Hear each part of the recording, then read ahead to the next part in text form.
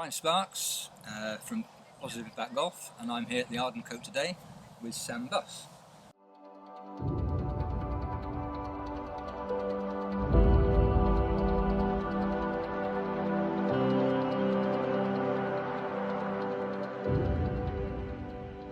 So I'd like to introduce you to Sam. There are quite a few of you actually supporting Sam with a little bit of help on sponsorship, and thank you very much for that. And also, Sam, there's a lot of people very interested, I'm sure, who are following your progress. So could I just start by asking you, how did you ever come to meet Brian Sparks? I met you, Brian, through a mutual friend called Pete. We met probably about a year ago now, I'd say. And Pete brought you along to the meeting, and that's how we got introduced. And you told me a bit about where you've coached and things, and sort of grew a bit of a friendship from there. So it's good. And then nothing much happened, and a few months later, I think it was in December last year, I had a sort of a cry for help.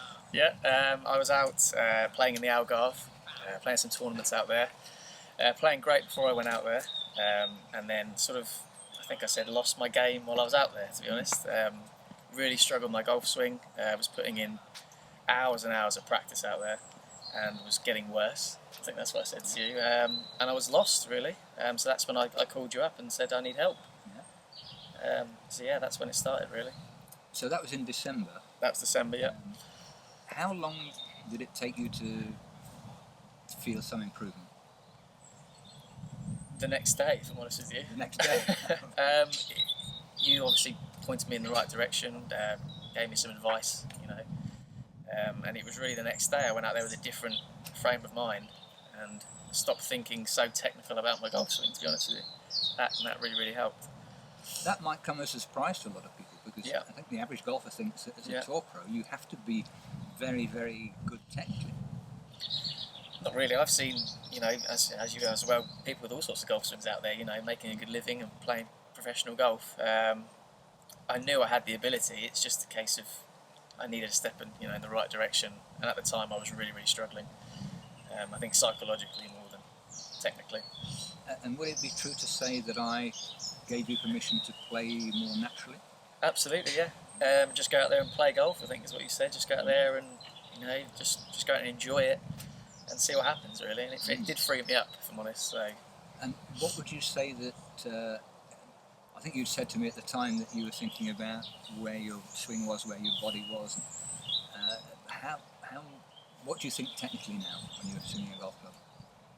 Very, very simple swing thoughts. Just as simple. For example? as just turn back, turn through, hold your finish.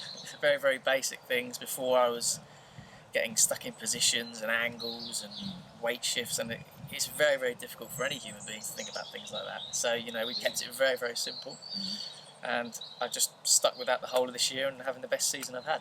So you've gone from being in a dark place in December to having enjoyed this year? I've just had a blast this year. Just enjoyed every time I've pegged it up.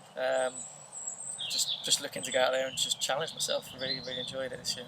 And can I ask how many hours I've stood with you and watched you hit golf balls and talked to you about your golf swing?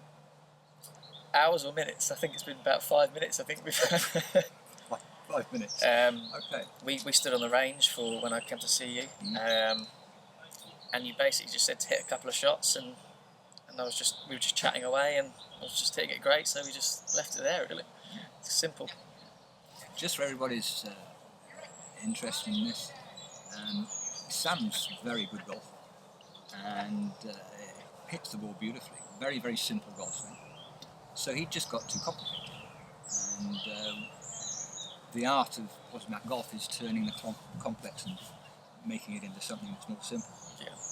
And I think all that did was free you up, and you've played golf, you've enjoyed it, and you haven't got too complicated in things like practice regimes. Absolutely, nothing too strict, just enjoying the game, and you've had some great results. Yeah, it's been a very good year. I mean, I messaged you recently, didn't I, about practice routine, practice regime. Sorry, thinking that was the next step of getting better.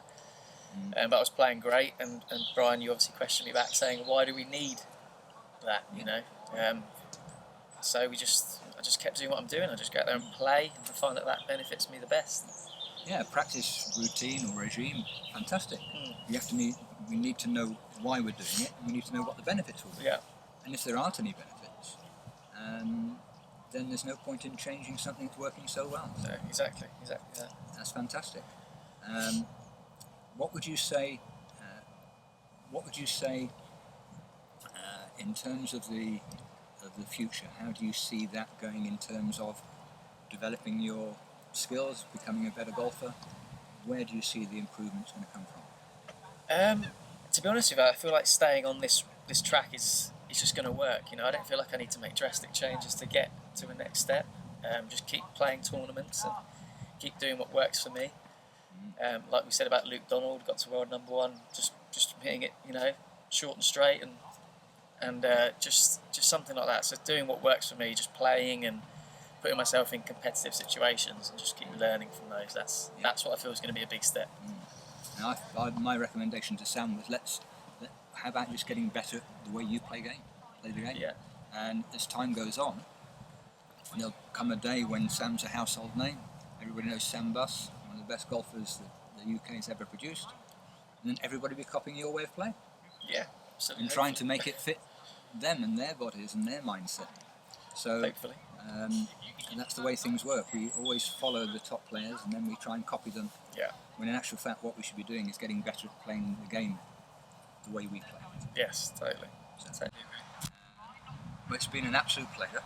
Thank you for your support, and thanks to everyone for their support as well. Well, yeah, thanks. And if anybody else would like to help a little bit, I'm sure that Sam will be delighted, and then you'll be a part of his story. So many thanks. Thank you.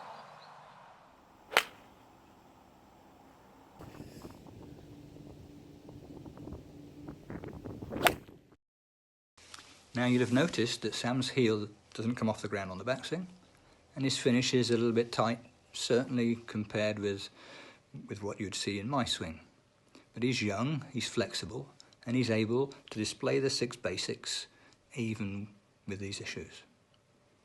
But he's an intelligent young man, and he realises that to achieve his ambition of playing golf for a hell of a long time, that these things will need to change as he gets older. Remember, positive impact golf is not a method, and we only encourage change when it's necessary.